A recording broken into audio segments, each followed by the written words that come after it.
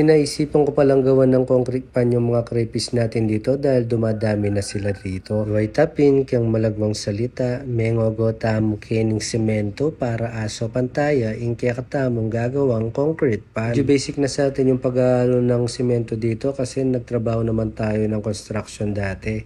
Charot lang. Kailangan na rin kasi ng mga railings natin dito ng maliwalas na pwesto para mapabilis na rin ang kanilang paglaki rito. Meron din bang nag-aalaga ng crayfish sa inyo dito?